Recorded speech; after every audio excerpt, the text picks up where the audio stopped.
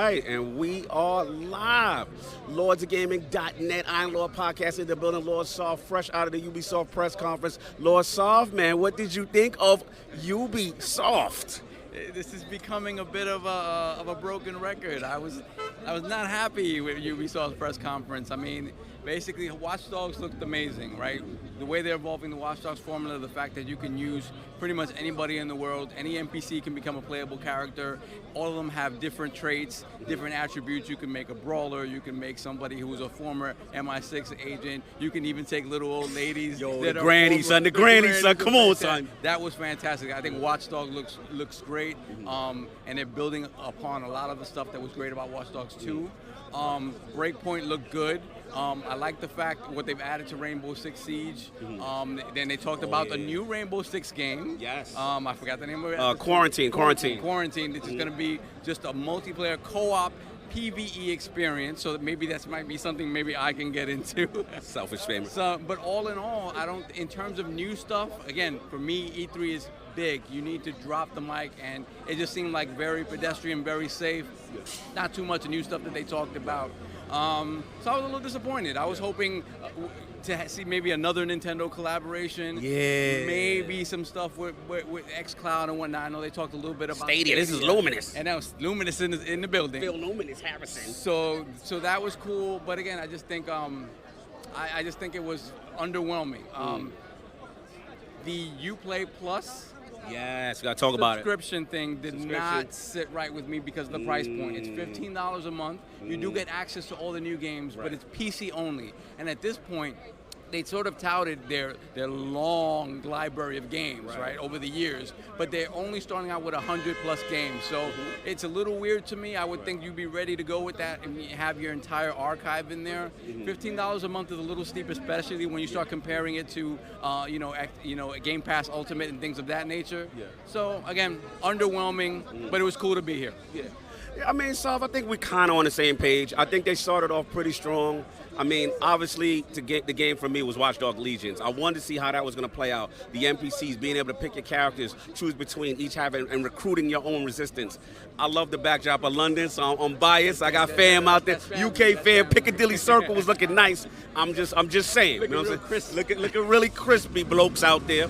But other than that, Breakpoint we kind of knew already, but I'm a sucker for John Bernthal. John Bernthal. Yeah, shout out to Shane, you know what I'm saying? Walking Dead, the Punisher. So I think he's perfectly cast. They didn't really show much new. No. It was just more story stuff. Right. Other than that, I would agree. At that point, when Just Dance came out, they was in the bushes for me. That part, I know MJ the Boss might have been throwing it up. You know what I'm saying? True. MJ the Boss was like, "What is this?" And I'm, "What do you mean? Yeah. This is every year." It is every year, but it's like they showing out a little too hard. Right, and it's we get it. If it's successful, you guys, great. I didn't need to see it as much as I need. I didn't need the club to bust out, in a conference, but that's me. As far as that, Gods and Monsters, I didn't know what that really was. I believe I saw a leak about that indicating that it was some sort of some kind of a Zelda-like type thing. Yeah. But again, they said they've been working on it for a long time, and then they only show a little bit of a trailer and not much of anything else. So again, I want to see what that is. Now, I will say this. I will say the Rainbow Six Quarantine as a separate game, PV only, and I want to see what's going on with that mechanic of him injecting himself. He seemed to be fighting some type of virus thing. That seemed interesting to me. I found that very interesting because, last week or the week before when they indicated it felt like they were saying Rainbow Six would only be Siege from now on. Right. And what they meant by that was Siege is not getting a sequel. Siege is going to keep getting expanded upon. Right. But that doesn't mean we're not making more Rainbow Six and doing different things with Rainbow Six. So I was happy to see that. Yeah. Definitely. I think I do agree with Solve though. They did drop the ball with the Ubisoft subscription. What was it? Uplay? What is it called? Uplay Plus. Uplay Plus. All right. Here's the thing. You charging $15. And your PC only, right? So that exclusivity, you just eliminated a console that I think, in my opinion, would be interested. And then we have Game Pass Ultimate. Game Pass Ultimate is $15. $15. That's combining all that and Xbox Live Gold. So as far as value, Xbox is really superseding this service. Now, I know PC guys will buy this, and that's interesting. Oh, shout out, I want to mention The Division 2. They talked about a new raid. They talked about depending on some story missions. Seemed cool. I would love them to balance their raids, but that's another story. But I think if we get maybe like one or two other games that kind of stood out. Maybe there was like some platformer kind of game. Oh, the rollerblade was a little weird.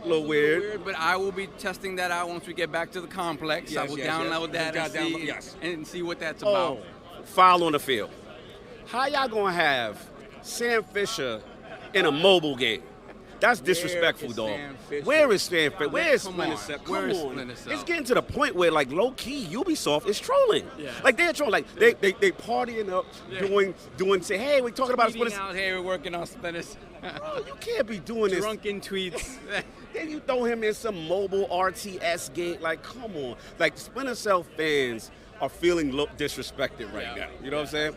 And the last one I will say, I did notice their commitment to Stadia. They're very evident in a lot of these trailers to keep pushing that narrative, to keep saying streaming and that partnership with Google Stadia. And I'll be honest with you, like Ubisoft are the ones that are always first in line to support anything new. Yes. So I don't see that being any different with xCloud once xCloud is really out there. Right. So, but do you think because of this partnership, they may exclude xCloud, or do you think that they'll eventually partner with Xbox with their games? See, that's one thing that remains to be seen. With all these streaming platforms now and more services out there, it remains to be seen where the battle lines are going to be drawn. Right. And if people are going to be inclusive in this sort of stuff, or it's going to be like a console war. Right. So it's going to be interesting to see where the lines are drawn when it comes to this cloud stuff. Yeah, absolutely. And I mean, my final point with that is just like I said, I just find it interesting that they, the camera focused on Phil. They're always making it their business. The only Phil that was there. They're making his own, they're making it their business to emphasize that partnership. So to me, again, I could be looking more into it.